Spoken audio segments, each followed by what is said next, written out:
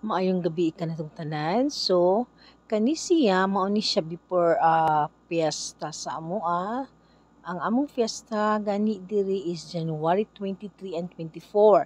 So, mao ni nga before sa 23, nagpapintal mi among girepant among balay kay it's been 15 years or more ang among pintal diri sa house.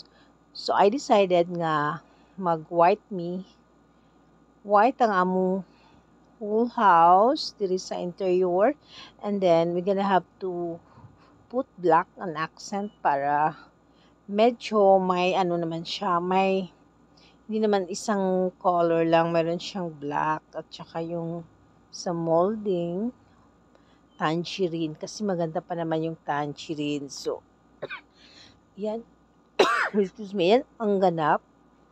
Ayan. Ayan, tangerine din. Meron ding tangerine, tsaka black and white. Yan ang yung aking molding dito sa poste. Nilagyan ko ng black. Pinalagay ko ng black. Tsaka dito sa may wall, lagyan ko ng yung may accent talaga na stripe.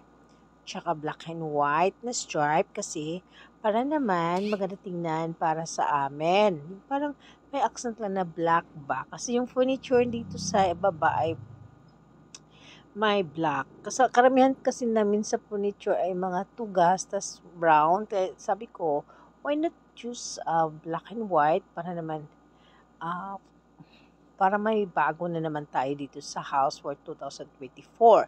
So, yan ang ganap namin sa bahay namin. So, I hope you like my video.